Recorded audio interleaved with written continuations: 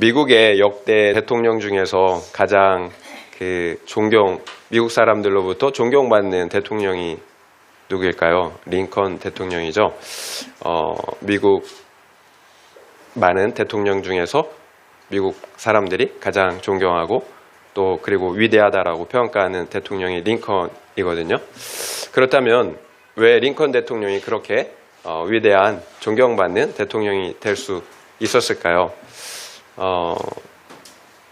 사실 링컨에게는 그런 어떤 그 환경적인 조건은 없어요.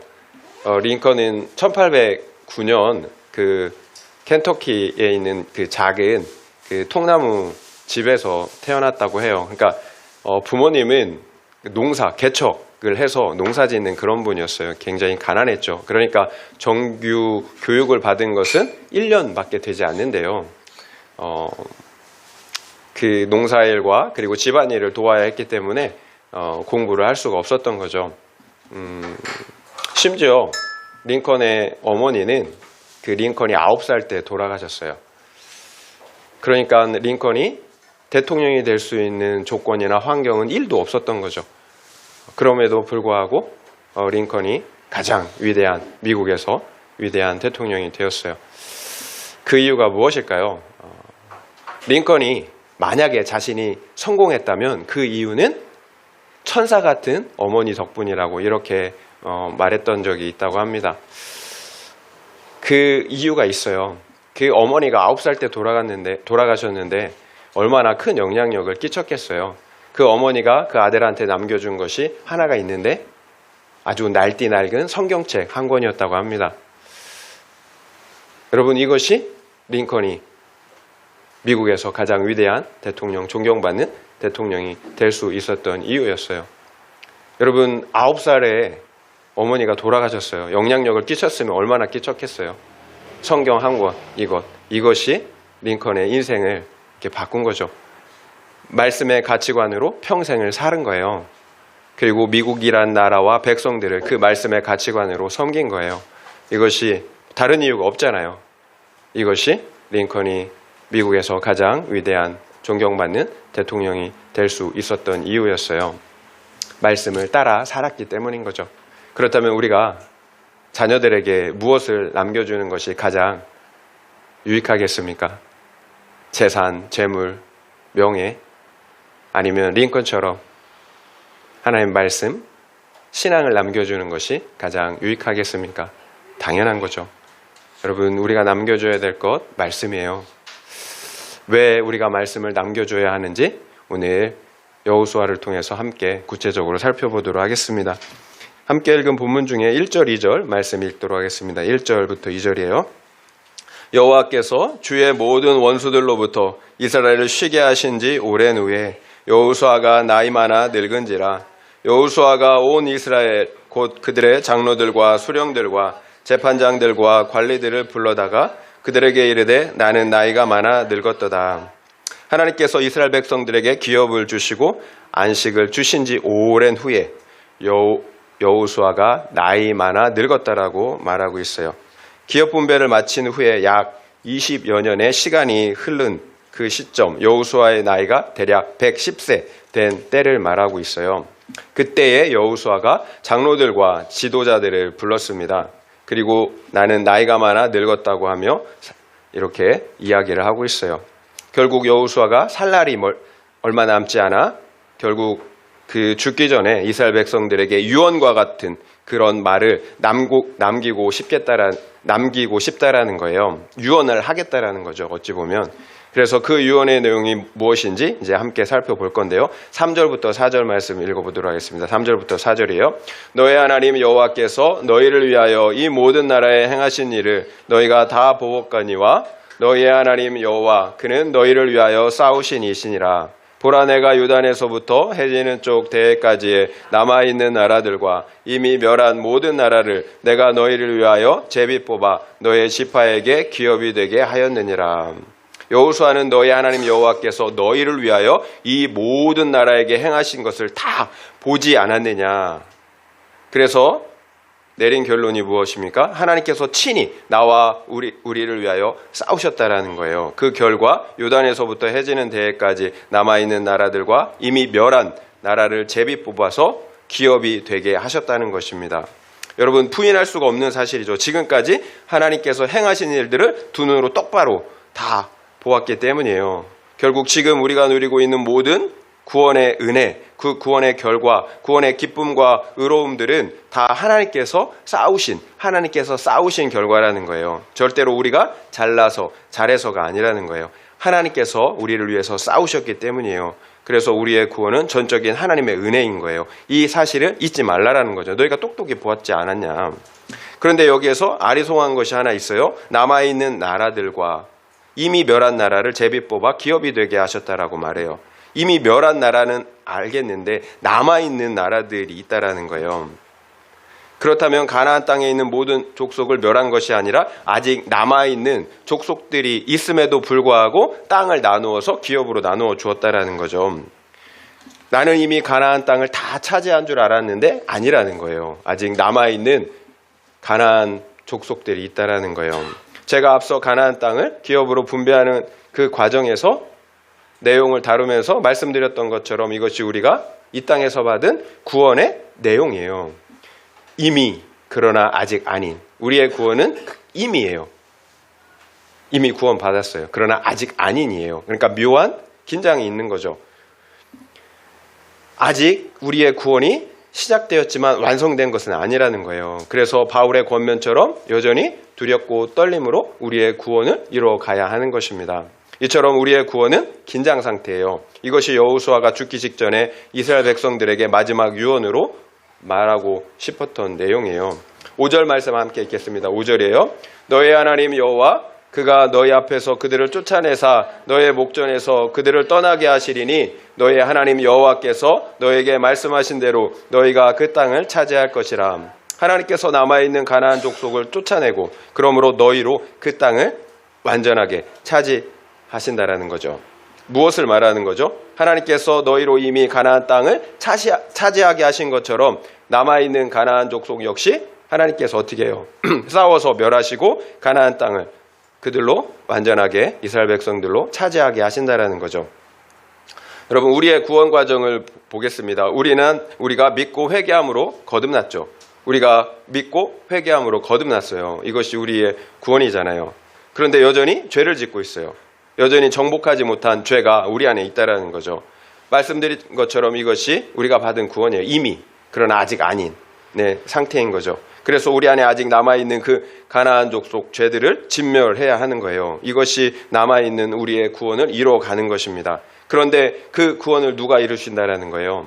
하나님께서 이미 우리에게 이루신 그 구원을 하나님이 싸우셔서 이루어 주신 것처럼 이 남아있는 구원도 하나님께서 싸워서 이루어지도록 해 주신다라는 거예요.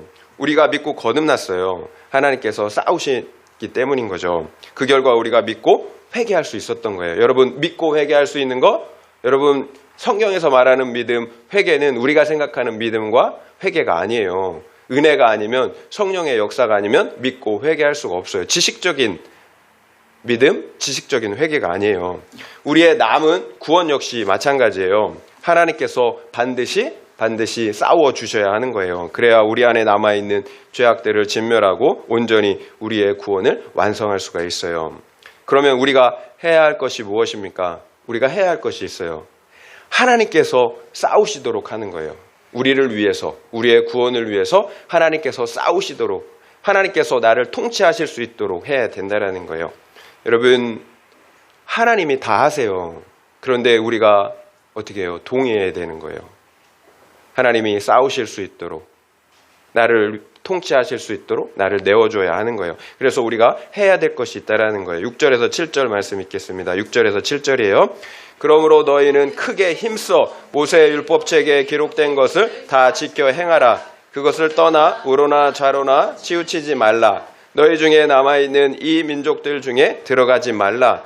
그들의 신들의 이름을 부르지 말라. 그것들을 가리켜 맹세하지 말라. 또 그것을 섬겨서 그것들에게 절하지 말라. 그러므로 너희는 크게 힘써 모세의 율법책에 기록된 것을 다 지켜 행하라. 그것을 떠나 좌로나 우로나 치우치지 말라. 그리고 너희 중에 남아있는 이민족들 중에 들어가지 말아라. 그래서 그 신들을 섬기지 말아라. 여러분, 이것이 여호수아가 이스라엘 백성들에게 궁극적으로 하고 싶었던 말이에요. 너희는 크게 힘써 율법책에 기록된 것을 다 지켜 행하라. 크게 힘써. 우리가 오직 힘써야 할 것이 있다면 율법책에 기록된 대로 다 지켜 행하는 것, 이것입니다. 그러면 하나님께서 우리를 위해서 싸우신다라는 거예요. 우리의 구원을 이루어 주신다라는 거예요. 너희의 남은 그 구원도 하나님께서 이렇게 이처럼 이루어 주신다라는 거예요. 8절부터 10절 말씀 읽겠습니다. 8절부터 10절이에요. 오직 너희의 하나님 여호와께 가까이 하기를 오늘까지 행한 것 같이 하라. 이는 여호와께서 강대한 나라들을 너희의 앞에서 쫓아내셨으므로 오늘까지 너희에게 맞선 자가 하나도 없었느니라. 너희 중에 한 사람이 1000명을 쫓으리니 이는 너희의 하나님 여호와 그가 너희에게 말씀하신 것 같이 너희를 위하여 싸우심이라. 구원은 내가 이루는 것이 아니에요. 하나님께서 싸우신 결과예요. 우리는 절대로 죄와 싸워서 이길 수가 없어요. 믿음도 회개도 말씀드린 것처럼 성령의 역사예요.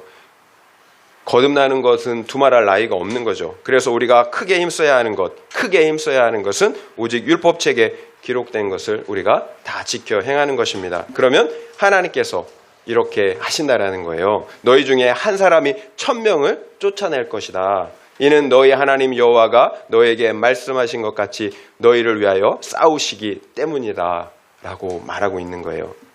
여러분, 무엇을 알 수가 있습니까? 우리는 우리 안에서 역사하는 죄 하나, 미움 하나, 정욕 하나, 탐욕 하나 제거할 수가 없어요. 우리 안에 역사하는 두려움이나 근심 하나 제거할 수가 없어요. 하나님이 싸우셔야 되는 거예요. 결국 내가 할 수 있는 것을 해야 합니다. 하나님께서 내 안에 역사하실 수 있도록, 싸우실 수 있도록 내가 해야 하는 것, 그것은 오직 하나예요. 말씀을 듣고 지키는 것입니다. 그러면 하나님께서 책임져 주신다는 거예요. 우리의 구원을 친히 이루어 주신다는 거예요. 여러분, 이것이 정확하게 성령을 따라 사는 거예요. 여러분, 우리의 육체의 정욕 어떻게 이깁니까? 성령을 따라 살아야 되는 거죠.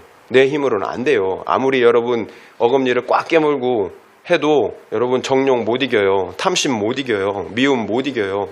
성령이 싸워주셔야 되는 거예요. 성령을 따라 살아야 되는 거예요.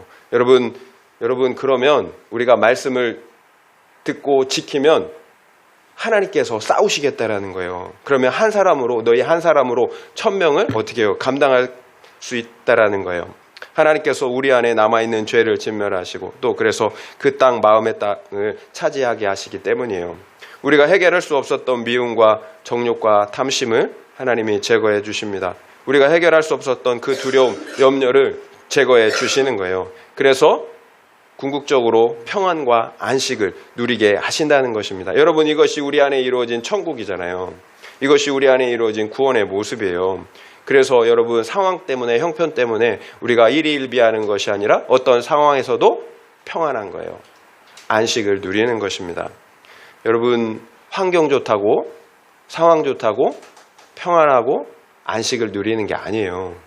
우리의 죄가 해결되었을 때, 하나님이 우리의 마음을 통치하시고 다스리실 때, 하나님의 임재가 우리 안에 있을 때 우리가 평안하고 온전한 평강을 누릴 수가 있는 것입니다. 결국 우리가 해야 할 것을 해야 되는 거죠. 이게 지혜예요. 뭐 되도 않는 것들 막 하려고 하지 마시고 우리가 할 수 있는 거, 하나님이 명령하신 거, 그거 하는 거, 이게 지혜예요. 말씀을 듣고 순종하는 거, 이것에 집중하면 되는 거예요. 그러면 하나님이 다 책임져 주시잖아요. 이 땅의 삶을 포함해서 우리의 구원까지 하나님 다 책임져 주시잖아요. 먹을 것 마실 것 하나님이 책임져 주신다고 약속해 주셨잖아요. 근데 왜 우리가 먹을 것 마실 것에 이렇게 쫓아다니는 거죠? 우리가 해야 할 것 하면 하나님이 먹을 것 마실 것 포함해서 모든 것을 책임져 주신다라는 거예요. 성경이 이 사실을 지겹도록 반복하고 있어요. 근데 우리가 그렇게 지겹도록 또 그 말씀을 따라 살질 않아요. 참 성경, 하나님도 대단하지만 우리 더 대단한 것 같아요. 그죠? 하나님 그렇게 지겹도록, 이거 뭐 제가 매주 드리는 말씀 아닌가요? 이거 새로운 말 아니잖아요. 지겹도록 하나님, 그러니까 성경 말씀을 통해서 하나님이 이렇게 기록해 놓으셨으니까 저도 이 성경 말씀을 전해야 되니까 계속 지금 지겹도록 저도 이제 말씀을 드릴 수밖에 없는 거죠. 근데 우리가 또 지겹도록 순종을 안 해요. 여러분, 성경은 계속해서 이 사실을 그 창세기부터 그 아담과 하와 이브로부터 요한계시록 마지막까지 계속해서 이 말씀을 하시는 거예요. 하나님의 말씀을 지켜 언약 안에 거하면 살고 말씀을 지키지 않으면, 그래서 언약 안에 거하지 않으면 죽는다. 여러분, 이것을 성경은 계속 지겹도록 반복하고 있어요. 여러분, 이 사실을 수없이 반복한다라는 건 여러분 타협할 수 없는 문제라는 거예요. 이것은 여러분, 그럼에도 우리가 계속해서 그 말씀을 따라 살지를 못해요. 하나님이 우리를 포기한다면 더 이상 말하지 않을 거예요. 그런데 하나님은 우리를 포기하지 않으세요. 십자가를 지시기까지 우리를 포기하지 않으시잖아요. 그러니까 여러분, 성경이 이렇게 두껍지만 어떻게 보면 따지고 보면 그 말씀을, 동일한 말씀을 계속해서 하시는 거예요. 예수를 믿으면 구약의 율법을 행하지 않아도 된다고 오해하는 분들이 많이 계신 것 같아요. 왜 그렇게 생각할까요? 제가 예수님께서 모든 율법을 다 지켜 행하셨기 때문이에요. 그래서 우리의 죄를 대신해서 속죄 제물이 되셨기 때문이에요. 그래서 율법을 행할 의무가 없다라는 거죠. 예수님께서 나와 우리를 위해서 그 의무를 다 행하셨기 때문이라는 거죠. 제가 왜 이런 말을 할까요? 그 이유가 있어요. 오늘날 우리 신자들의 모습과 삶이 그렇게 말하고 있다라는 거예요. 비록 말로는 그렇게 하지 않을지라도 그 삶이, 그 모습이 그렇게 말하고 있다라는 거예요. 최근 여론조사에 따르면 비종교인이 바라본 기독교인에 대한 신뢰도가 14.3%였대요. 비종교인이 우리 기독교인을 바라보는, 개신교인을 바라보는 신뢰도가 14.3%. 더 이상 내려갈 수 없는 그 수치예요. 뭐가 잘못된 거죠. 뭐가 잘못된 거예요. 에베소서 2장 10절에 우리를 구원하신 이유가 나와요. 우리는 그가 만드신 바라 그리스도 예수 안에서 선한 일을 위하여 지으심을 받은 자니 이 일은 하나님이 전에 예비하사 우리로 그 가운데서 행하게 하려 하심이라. 이것이 하나님께서 우리를 부르시고 구원하신 목적이에요. 그리스도 안에서 선한 일을 위하여 지으셨다고, 선한 일을 하기 위해서 구원하셨다라고 말씀하고 계세요. 그래서 우리 예수님 역시 너희는 세상의 빛과 소금이라고 말씀하고 계시는 것입니다. 그러나 오늘날 우리 믿는 자들의 모습은 빛인가요? 어둠인가요? 교회에 대한 신뢰도가 14%예요. 그러면 어둠 중에서도 아주 짙은 어둠인 거죠. 그 사람 때문에 나는 절대로 교회에 가지 않겠다라고 말하는 사람들이 많아요. 그 사람이 믿는 하나님이라면 나는 절대로 하나님을 믿지 않겠다라고 말하는 사람들이 많아요. 여러분, 먼저 믿는 사람들 때문에 전도의 문이 다 막혀 있다라는 거예요. 예수님은 만일 소금이 짠맛을 잃으면 무슨 소용이 있겠느냐, 밖에 버려져서 밟힐 뿐이라고 말씀하셨어요. 여러분, 이것이 오늘날 우리 믿는 자들의 모습이지 않을까라는 생각이 들어요. 소금 중에서 짠맛이 나지 않는 소금이 있을까요? 소금인데 짜지 않아요? 그럴 수 있나요? 소금이 아닌 거죠. 여러분, 소금은 짜요. 무조건 짜요. 근데 소금 중에 짜지 않대요. 맛을 잃었대요. 소금이 아닌 거예요. 소금인 줄 알았는데 짠맛이 안 나면 소금이 아닌 거예요. 여러분, 그래서 밟히는 거예요. 모양은 예배도 드리고 기도도 하니까 성도인 것 같은데 실제로는 성도가 아닌 거예요. 결국 많은 사람들이 착각하며 교회에 다니는 것입니다. 알곡인 줄 알았는데 가라지인 거예요. 성도인 줄 알았는데 아니라는 거죠. 알곡이고 성도이면 어떻게 해요? 거룩해야죠. 열매로 나무를 알잖아요. 말씀을 지켜 순종한다라는 거예요. 여러분, 이게 무서운 일이에요. 마지막 날에 주님은 이런 사람들에게 내가 너를 도무지 알지 못한다, 불법을 행하는 자들아 내게서 떠나가라 할 것이라고 말씀하셨잖아요. 그래서 주님은 뭐라고 말씀하셨나요? 좁은 길로 가라. 여러분, 말씀을 행하는 순종의 삶은 좁은 길이에요. 예수님은 십자가를 지셨어요. 그 말씀을 순종하기 위해서. 좁은 길이에요. 혹시 우리 가운데 어떻게 사람이 다 그 말씀을 지키냐고, 상황에 따라 유도리 있게 살아야지, 여러분 이렇게 생각하시는 분들이 계신가요? 여러분, 그래서 우리가 복을 받지 못하는 거예요. 그래서 하나님께서 주시는 그 안식을 누리지 못하는 것입니다. 순종하지 않기 때문이에요. 내 생각대로 말씀을 재단하니까. 그래서 여전히 미움과 다툼, 시기와 질툼, 탐심과 정욕의 죄에서 끌려다니는 거예요. 여러분, 죄의 종이 되어서 계속 끌려다녀요. 여러분, 믿는 자들이 왜 두려워하고 염려합니까? 왜 종에 짓눌려 사나요?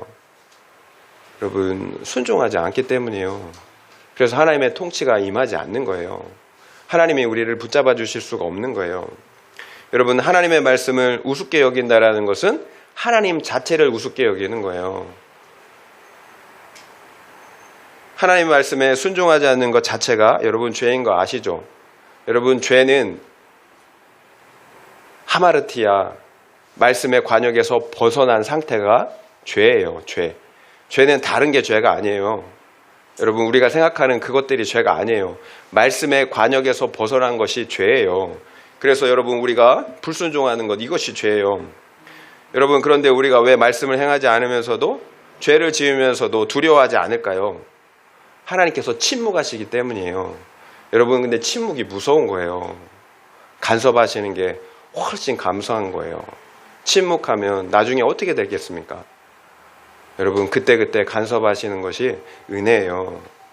여러분, 악인들이 어떻게 생각합니까? 하나님이 침묵하니까 하나님 나 같은가 보다, 이렇게 생각한다는 악인들이. 하나님이 침묵하시니까. 여러분, 끝까지 침묵하시지 않으시잖아요. 내가 순종하나 불순종하나 하나님이 가만히 계세요. 그러니까 우리가 두려움 없이 죄를 짓는 거예요.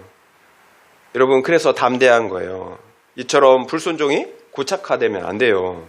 여러분, 말씀 불순종하는 것이 당연하게 생각하면 안 된다라는 거예요. 당연하게 생각하는 게 문제예요. 여러분, 당연하게 생각하시면 안 돼요. 그러면 여러분, 버림받은 것입니다. 그러면 내 삶은 변한 것이 없는 것 같지만 실상은 내 영혼이 죽은 거예요. 우리의 영혼이 가장 먼저 죽어요. 그래서 몰라요. 아담이 내가 반드시 죽으리라고 말씀하셨잖아요. 그런데 안 죽었어요. 영혼이 죽은 거예요. 영혼이. 여러분, 우리의 영혼이 죽는 건 눈에 안 보여요. 그래서 심각성을 몰라요. 그런데 우리가 하나님을 떠나면, 불순종하면 내 영혼이 먼저 죽어요. 성령이 소멸되는 거예요. 성령이 소멸되는 거. 여러분, 무서운 거예요. 하나님의 통치가 사라지는 것. 그렇다면 한 번 구원은 영원한 구원입니까? 그럴 수도 있고 아닐 수도 있어요. 우리가 택자라면 한 번 구원은 영원한 구원이에요. 만약 우리가 택자라면 하나님은 우리의 다리 몽둥이를 부러뜨려서라도 반드시 구원하세요. 그래서 한 번 구원은 영원한 구원인 거예요. 택자에게는 하나님이 계속 근실히 징계하세요. 그래서 반드시 구원하세요. 그래서 택자에게는 한 번 구원은 영원한 구원이에요. 그러나 택자가 아니라면 지금 당장은 구원받은 것 같지만 실상은 알곡과 비슷한 가라지일 수 있다는 거예요. 결국 우리가 가라지인지 알곡인지 어떻게 합니까? 율법책에 기록된 것을 다 지켜 행하느냐, 행하지 않느냐, 그것으로 구별이 되는 거죠. 율법을 지키면 알곡이에요. 지키지 않으면 가라지인 거예요. 여러분, 간단해요. 너무나 간단해요. 구원받았느냐, 구원받지 않았느냐. 성경이 분명한 기준을 주고 있잖아요. 하나님의 말씀을 듣고 지키면 알곡이고, 그렇지 않으면 가라지예요.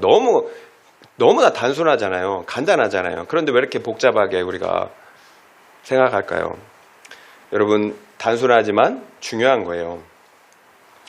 적용 질문 드리겠습니다. 첫 번째 적용 질문. 나는 믿는 사람으로서 구원의 증거가 나타나고 있습니까? 나 스스로 생각할 때 하나님의 말씀을 순종하고 있는 것 같습니까? 그리고 가족들이나 동료들이 예수 믿는 사람 같다고 인정해 주십니까? 그렇지 않다면 그 이유는 무엇인 것 같습니까? 좀 긴데요. 적용 질문 한번 생각해 보시기 바랍니다. 나는 믿는 사람으로서 구원의 증거가 나타나고 있습니까? 나 스스로 생각할 때 하나님의 말씀을 순종하고 있는 것 같습니까? 그리고 가족들이나 동료들이 예수 믿는 사람 같다고 인정해 주십니까? 그렇지 않다면 그 이유는 무엇인 것 같습니까? 한번 생각해 보시기 바랍니다. 그렇다면 우리가 해야 할 것을 해야 된다면 우리가 무엇을 해야 하겠습니까? 여호수아가 어떻게 했나요? 여호수아가 우리에게 보여줬잖아요. 여호와의 율법을 그 입에서 떠나지 않게 했어요. 그래서 그 율법을 다 지켜 행하였습니다. 그 결과 지금의 형통 안식을 누리고 있는 거예요. 우리 입술에서 율법을 떠나지 않게 하는 거죠. 이것이 우리가 해야 할 것입니다. 여러분, 가장 중요한 것은 먼저 율법이 내가 행하기에 앞서 더 중요한 것이 아니라 먼저 해야 될 것은 그 율법이 우리 입에서 떠나지 않게 하는 거예요. 그래야 좌로나 우로나 치우치지 않고 다 지켜 순종할 수가 있기 때문이에요. 그러면 하나님이 우리 안에 있는 어떻게 해요? 죄를 다 진멸하시고 우리 안에 안식을, 평안을, 구원을 허락해 주신다는 거잖아요. 여러분, 결국 말씀을 듣고 묵상하는 일이 없다면 여러분, 우리가 성도라고 할 수 있을까? 여러분, 말씀을 듣는 것이 성도의 가장 기본적인 자세예요. 말씀을 듣는 것이 선행되지 않으면 순종하는 건 불가능하잖아요. 애당초 순종하는 건 불가능해요. 듣지 않는다면. 그러니까 말씀을 듣는 건 이것이 가장 여러분 믿는 자의 기본 자세라는 거예요. 우리 교회의 우리들 교회 아니고요. 우리들 교회의 한 초신자의 이야기입니다. 이분은 지난 몇 년 동안 직업을 구하지 못했다고 해요. 그런데 과거에 화물 운송 일을 할 때에 이분의 돈 3천만 원을 떼먹고 그렇게 도망간 동료한테서 어느 날 전화가 왔다고 합니다. 동료는 내가 24톤 그 화물 트럭을 빌려줄 테니까 기름값만 제하고 하루 20만 원에서 30만 원을 벌어서 쓰라고 이렇게 제의를 하더랍니다. 이분은 지금 어떤 상황이냐면 대리운전 그리고 일용직도 마다하지 않고 닥치는 대로 지금 일을 하고 있는 상태예요. 그러면 이분은 당장 그것을 해야 한다라고 답해야 하는 거죠. 그러나 이분은 수요 예배와 목장 예배에 참석할 수 없는 환경이 마음에 걸렸대요. 그래서 고민이 되는 거죠. 근데 그 당시에 시편 1편을 묵상하고 있었는데 부인이 1절과 2절을 외우라고 했대요. 그래서 그 말씀을 읽고 또 읽고 또 읽고 했대요. 복 있는 사람은 악인들의 꾀를 따르지 아니하며 죄인들의 길에 서지 아니하며 오만한 자들의 자리에 앉지 아니하고 오직 여호와의 율법을 즐거워하여 그의 율법을 주야로 묵상하는 도다. 이 말씀을 읽으면서 주님, 저는 악인이군요 라는 고백이 절로 나왔대요. 비록 생활은 힘들어도 주님이 좋아서 지금까지 가느다란 그 줄을 잡고 왔는데 여호와의 율법을 묵상하지 않는 사람만 주위에 꼬이는 것을 보면서 내가 악인이어서 그렇구나가 깨달아졌다라는 거예요. 그래서 이분은 동료의 제안을 거절했다고 합니다. 그분 이제 분별이 되는 거죠. 그리고 이분이 그 무엇보다도 말씀의 자리를 지켜야 했기 때문이에요. 지금 똥줄이 타는 상황이에요. 한 푼이 급해요. 그럼에도 이분은 돈이 아니라 말씀을 듣는 환경을 선택했다라는 거예요. 여러분, 결국 믿음은 선택이에요. 선택. 내가 무엇을 하느냐. 믿으면 그 선택을 하는 거예요. 믿는 대로. 믿음은 선택이에요. 지식이 아니에요. 믿으니까 그런 믿는 선택을 하는 것입니다. 그 후에 이분이 우리들 교회 홈페이지에 이런 글을 남겼다고 합니다. 주님, 다 보고 계시죠. 되돌아갈 수도 멈출 수도 주저앉을 수도 없는 저의 현실을 저를 구하고 건져 주셔야 할 이유가 있습니다. 이제 신앙생활을 시작했는데 아들, 딸도 전도했는데 제가 지금 주저앉으면 우리 아들은 어떡합니까? 제가 멈추면 우리 딸은 어떡합니까? 주님, 우리 가족을 건져주시고 구해주실 줄 믿습니다. 불쌍히 여겨 주옵소서. 아무리 힘들어도 제가 붙들며 가는 가느다란 줄이 튼튼한 밧줄로 변하게 될 줄 믿습니다. 너무 힘들지만 말씀이 있는 공동체에 잘 붙어 있겠습니다. 불쌍히 여겨 주옵소서. 저는 확신해요. 이분이 하나님의 말씀을 선택했기에 하나님은 이분과 이분의 가족들을 책임져 주실 것입니다. 우리 역시 마찬가지예요. 여러분, 어떤 일이 있어도 이해가 안 돼도 말씀 공동체에 꼭 붙어가야 합니다. 그러면 하나님께서 여러분 우리를 책임져 주세요. 여러분, 내가 할 수 있는 건 여러분 붙어가는 거예요. 말씀의 공동체에 말씀에 붙어가는 거예요. 그러면 하나님께서 우리를 책임져 주십니다. 두 번째 적용 질문 드리겠습니다. 나는 한 주 동안 하나님의 말씀을 얼마나 묵상하고 있습니까? 한번 점검해 보시기 바랍니다.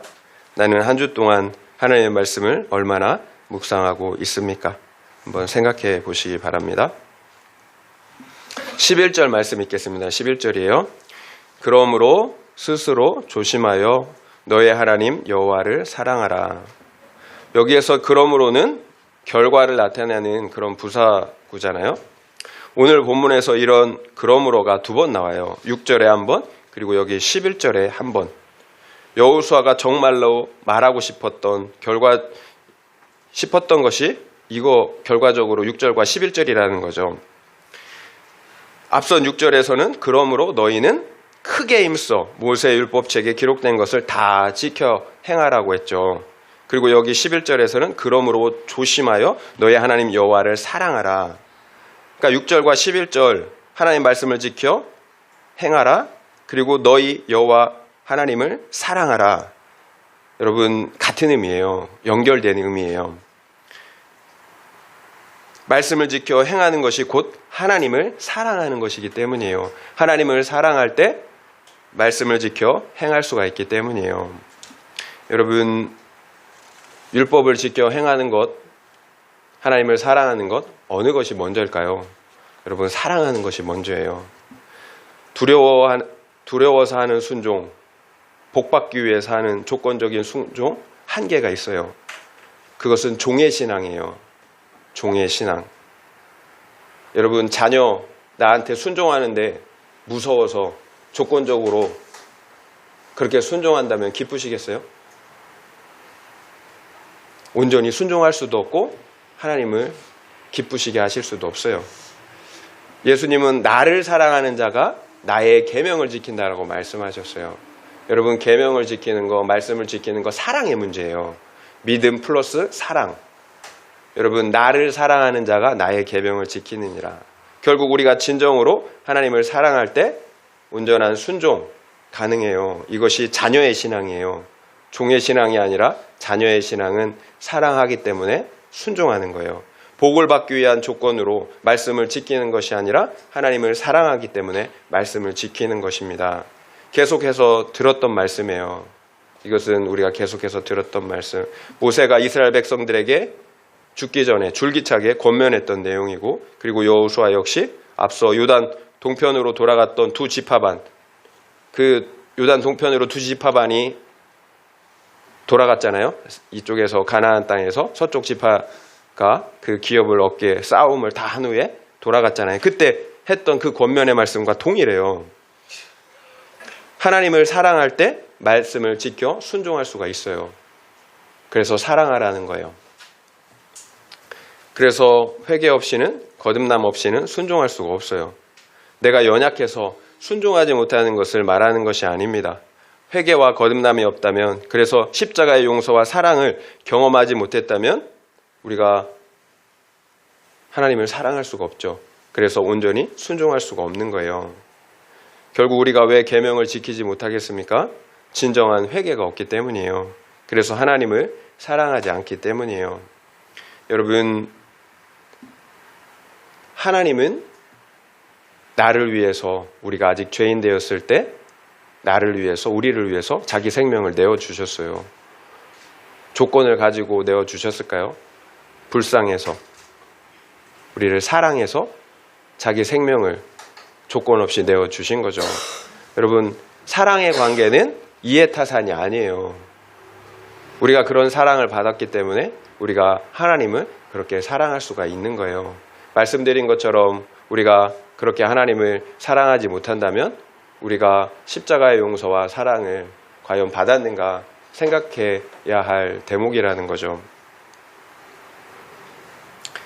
여러분, 나는 거듭난 하나님의 자녀인 것 같습니까? 아니면 여전히 두려워하는 종인 것 같습니까? 여러분, 중요한 문제예요. 금요일 날 여기 이제 등을 갈았거든요. 그 목사님이 그 선교, 작은 교회들 이렇게 등이나 인테리어들을 해주시는 목사님이 오셔갖고 이 등을 고쳐주셔서 굉장히 밝잖아요. 그 중에 한 목사님이 저에게 이렇게 물어보더라고요. 왜 마음 먼저 교회로 지었냐고 이렇게 말씀하시더라고요. 제가 구약을 읽다 보니까 이스라엘 백성들이 그렇게 안 바뀌더라. 하나님 말씀에 그렇게 순종할 수 없더라. 근데 그거를 보니까 마음이 안 바뀌어서 그런 것 같더라. 그렇더라. 그래서 우리 교회를 마음 먼저 교회라고 지었다.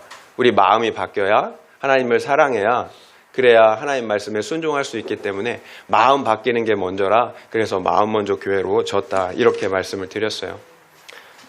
여러분, 마음이 바뀌어야 하나님을 사랑해야 여러분 우리가 기뻐요. 그리고 하나님 말씀에 순종함으로 하나님도 기뻐하시고 그래서 함께 기뻐하고 사랑하고 그래서 여러분 천국 잔치를 누릴 수가 있는 것입니다. 여러분 문제가 하나 있어요. 우리가 하나님을 사랑해서 말씀을 지키는 데 있어 라이벌이 있어요. 아주 강력한 라이벌. 바로 이민족들이 섬기는 신들, 우상들인 거죠. 하나님을 사랑하는데 라이벌이 있어요. 지난주에 말씀드린 것처럼 종이 두 주인을 못 섬겨요. 한 여자가 두 남자를 못 사랑해요. 반드시 한 남자를 더 사랑하게 되어 있어요. 그래서 하나님께서 금지하신 것, 여러분 이것이 여러분 우상숭배인데요. 12절, 13절 말씀 함께 읽겠습니다. 12절에서 13절이에요. 너희가 만일 돌아서서 너희 중에 남아있는 이민족들을 가까이 하여 더불어 혼인하며 서로 왕래하면 확실히 알라. 너희 하나님 여호와께서 이민족들을 너희 목전에서 다시는 쫓아내지 아니하시리니 그들이 너희에게 올무가 되며 덫이 되며 너희의 옆구리에 채찍이 되며 너희 눈에 가시가 되어서 너희가 마침내 너희 하나님 여호와께서 너희에게 주신 이 아름다운 땅에서 멸하리라. 너희가 만일 돌아서서 너희 중에 남아있는 이 민족들을 가까이 하며 더불어 혼인하며 서로 왕래하면 확실히 알라. 다시는 너희 하나님 여호와께서 이 민족들을 너희 목전에서 쫓아내지 아니하신다라고 말씀하고 있어요. 그래서 그들이 너희의 올무와 덫이 되고 옆구리에 채찍이 되고 눈에 가시가 되어 너희를 하나님께서 주신 이 아름다운 땅에서 멸절할 것이라고 말씀하고 있어요. 결국 하나님께서 언약의 말씀을 지키라고 명령하시면서 동시에 금하신 것이 이방 민족과의 결혼, 불신결혼이에요. 우리가 원하고 기뻐하는 신이 무엇입니까? 가장 대표적인 게 만몬신이죠. 돈신이에요. 돈신. 그리고 외모, 학벌, 스펙, 그리고 이 세상의 명예와 인정과 같은 신들이에요. 그런데 그 신들이 무엇을 통해서 들어온다라는 거예요? 이 세상 사람들과의 관계를 통해서 들어온대요. 그런데 결혼보다 더 깊고 친밀한 관계는 없잖아요. 결국 이 세상의 신들과 이 세상의 가치관들이 불신자와의 결혼을 통해서 들어온다라는 거예요. 여러분, 근데 나는 믿는 사람이랑 결혼했는데요. 여러분, 믿는 사람이라고 다 믿는 사람 아니더라고요. 그러니까 오히려 더 세상적인 가치관에 절어 사는 사람도 있더라고요. 여러분, 잘 구별해야 합니다. 여러분, 믿음의 형제자매와 만나서 결혼해도 거부하기 힘든 것이 돈, 학벌, 자아실현, 행복과 향락과 같은 신들이에요. 여러분, 믿음의 사람들이 만나도 힘들어요. 거부하는 것이 죄인이라서. 그런데 불신자와 결혼하면 어떻게 되겠습니까? 여러분, 우상 종합 세트가 함께 들어오는 거예요. 거부할 수가 없는 거죠. 함께 이 세상의 돈과 행복의 신을 함께 쫓아가는 거예요. 그러면 어떻게 된다고 말씀하세요? 다시는 하나님께서 이 민족들을 쫓아내지 않는데요. 그래서 그것들이 너희의 올무와 덫, 그리고 옆구리의 채찍, 눈의 가시가 된다라고 말씀하고 계세요. 여러분, 혹시 올무와 덫을 보신 적 있나요? 지금이야 보기 힘들겠지만 제가 어렸을 때만 해도 사람들이 산에 올무와 덫을 많이 놨어요. 그래서 동물들을 잡아서, 그때 식량들이 많이 없으니까 이제 그렇게 잡아서 먹었었거든요. 근데 제가 그 당시에 죽어있는 이런 이제 고라니나 토끼들을 본 적이 있어요. 올무에 이렇게 걸려서 목이 좀 깊이, 그냥 죽지 않아요. 깊이 이게 올무가 들어가갖고, 그리고 혀가 쭉 나와갖고 이렇게 죽어있는 것을 이렇게 보았는데 참 끔찍하더라고요.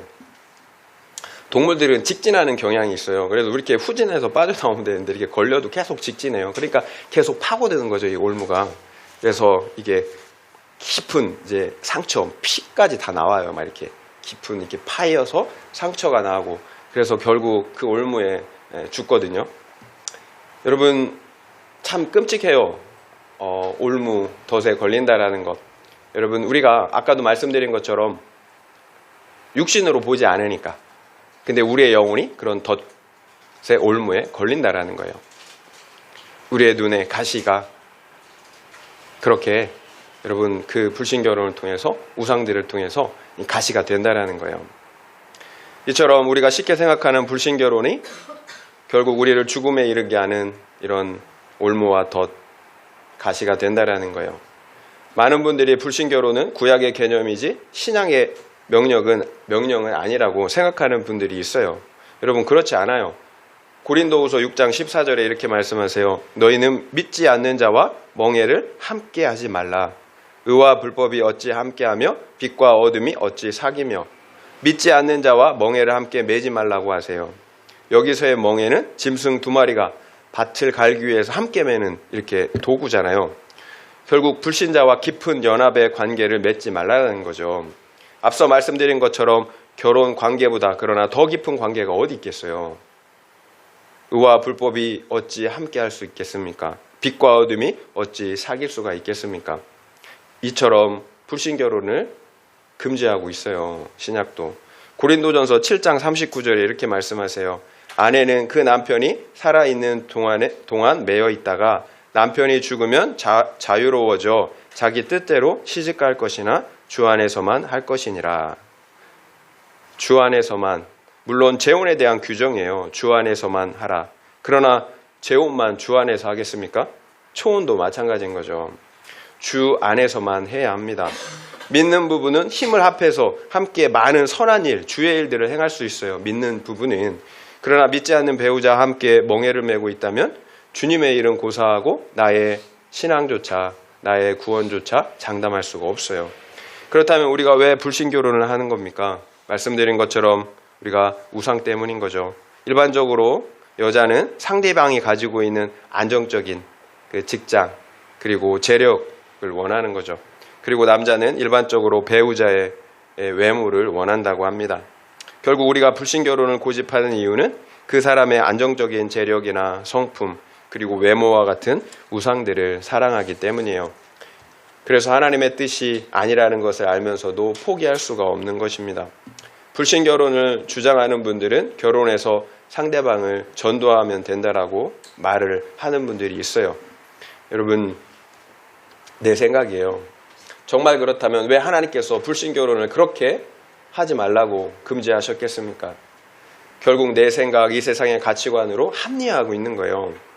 나 혼자의 신앙도 지키지 못하면서 어떻게 상대방을 전도해서 살릴 수가 있겠어요? 스스로 속는 거예요. 무엇에 속는 것입니까? 재력이든 성품이든 외모든 행복이든 그 사람이 가지고 있는 우상들을 하나님보다 더 사랑하기 때문에 속는 거예요. 여러분, 지금은 좋아 죽지만 반드시 그것이 우리의 올무가 덫이 되고 말아요. 호르몬적인 사랑, 조건적인 사랑은 유통기한이 있어요. 유통기한이. 곧 끝나요. 곧바로 나의 옆구리를 찌르는 채찍과 눈을 찌르는 가시가 된다라는 거예요. 여러분 삼손 아시잖아요. 삼손. 이방인과 데릴라와 결혼했던 삼손. 그 비참한 최후를 성경이 보여주고 있잖아요. 실제로 많은 분들이 불신 배우자 때문에 고통을 당하고 있어요. 심지어 상대 배우자를 따라 믿음을 저버린 경우도 많이 보았어요. 정말로 전도 때문에 결혼한다고 한다면 상대방이 지금 믿어야 되는 거예요. 교회 다닌다고 해서 결혼했다가 피본 사람들이 한둘이 아니에요. 제가 41살에 결혼했잖아요. 그러니까 제가 그 41살에 결혼했으니까 얼마나 많은 여자들을 소개받았겠어요. 사귀었다라는 게 아니에요. 소개받았다. 그러면 그 당시에 제가 그때까지 왜 결혼을 못했을까요? 우상이 있으니까 못한 거죠. 제 안에 우상이, 외모에 대한 우상이 있었어요.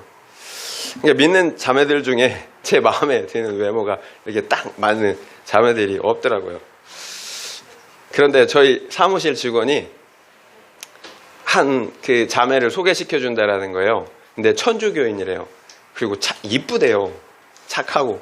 그러니까 제가 마음으로 보면 안 되는데 하면서도 이쁘다고 하니까 그래 한번 그냥 만나보기나 하자 하고 만났어요. 만났는데 진짜 이쁜 거예요.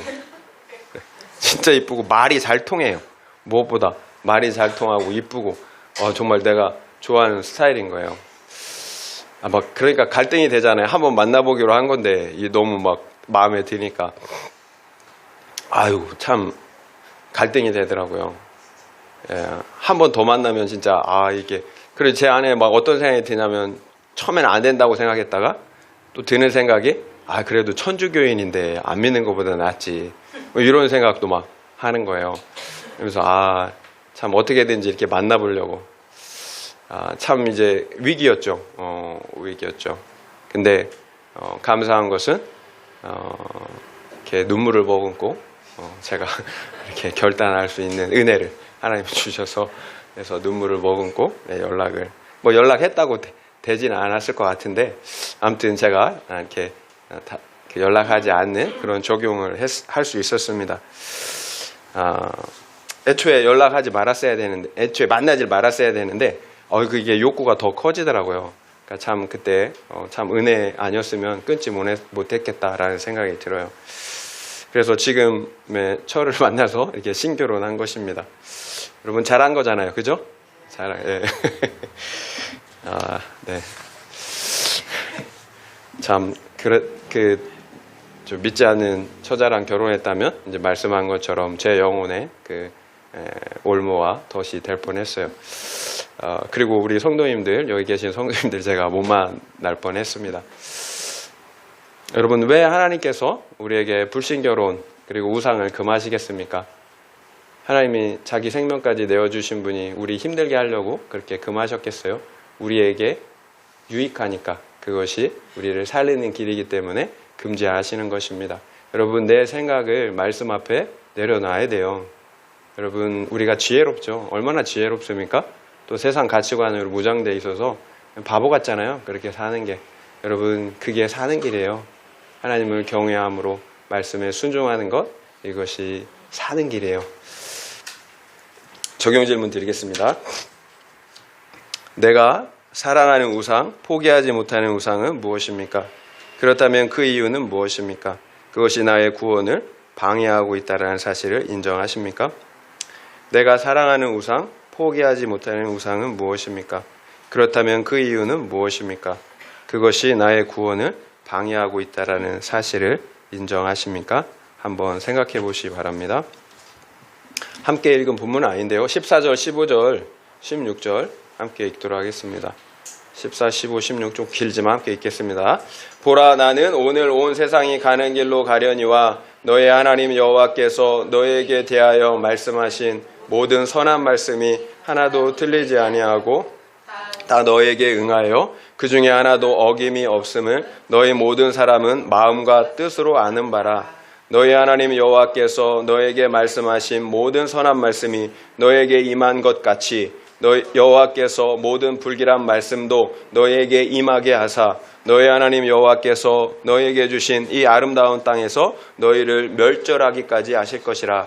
만일 너희가 너희의 하나님 여호와께서 너에게 명령하신 언약을 범하고 가서 다른 신들을 섬겨 그들에게 절하면 여호와의 진노가 너에게 미치리니 너에게 주신 아름다운 땅에서 너희가 속히 멸망하리라 하니라. 여호수아가 지금까지 했던 말을 요약해서 마무리하고 있어요. 나는 오늘 온 세상이 가는 길로 간다고 합니다. 말씀드린 것처럼 죽기 전에 반드시 남겨야 할 유언의 말이 있다라는 거죠. 하나님의 말씀이 다 이루어진 것, 하나님의 선한 말씀이 다 이루어진 것 너희가 다 보지 않았느냐. 마찬가지로 불길한 말씀, 저주의 말씀도 반드시 다 이루어진다라는 거예요. 결국 너희가 하나님의 그 언약의 말씀을 순종하지 않는다면 하나님께서 너에게 비록 이 아름다운 땅을 주셨을지라도 그 땅에서 멸절하신다라는 거예요. 여러분 이것이 우리가 반드시 두렵고 떨림으로 우리의 남은 구원을 이루어 가야 하는 이유예요. 한 번 구원은 영원한 구원이 아니기 때문이에요. 말씀 순종은 생명이지만 불순종은 사망이기 때문입니다. 여러분 요약하면 이래요. 우리의 구원은 하나님께서 이루세요. 100% 하나님의 은혜예요. 은혜의 결과예요. 우리의 구원은 하나님께서 우리 대적과 싸우신 결과이기 때문입니다. 그런데 하나님께서 누구를 위해서 싸우십니까? 바로 율법책에 기록된 말씀을 다 지켜 행하는 사람, 언약에 거하는 사람을 위해서 싸우신다라는 거예요. 하나님을 경외하는 사람, 하나님을 사랑하는 사람을 위해서 싸우신다라는 거예요. 이것이 여호수아가 죽음의 순간에 이스라엘 백성들에게 남기고 싶었던 유언이었어요. 성경책을 내 입에서 그래서 떠나지 말게 하라는 거예요. 그래서 그 안에 기록된 대로 다 지켜 행하라는 것입니다. 이것이 우리가 행해야 할, 이 땅에서 행해야 할 삶의 모습이고 또한 우리 자녀들에게 남겨줘야 할 유일한 유산이라고 생각이 됩니다. 여러분, 결코 재산 아니에요. 재물 아니고 학벌 아니에요. 여러분, 말씀을, 신앙을 남겨주셔야 합니다.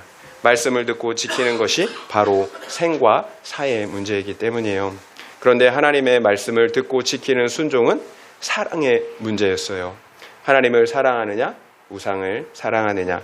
하나님을 사랑하지 않는다면 절대로 하나님의 말씀에 순종할 수가 없었어요. 그렇다면 내가 사랑하는 것이 무엇인지 우리가 생각해 봐야겠죠. 만약 내가 사랑하는 것이 하나님이 아니라면, 말씀이 아니라면 그것이 올무와 가시가 되어서 나의 영혼을 서서히 죽이고 있는 것입니다. 여러분, 우리가 돌이켜야 합니다. 그렇지 않으면 결국에는 우리가 이미 얻은 아름다운 땅, 가나안 땅이라 할지라도 멸절된다라는 거예요. 그러나 하나님은 당신을 믿고 사랑하는 자, 그래서 당신의 말씀을 지켜 행하는 사람의 구원을 위해서 싸우신다라고 약속하고 계세요. 반드시 우리의 구원을 이루어 주신다는 것입니다.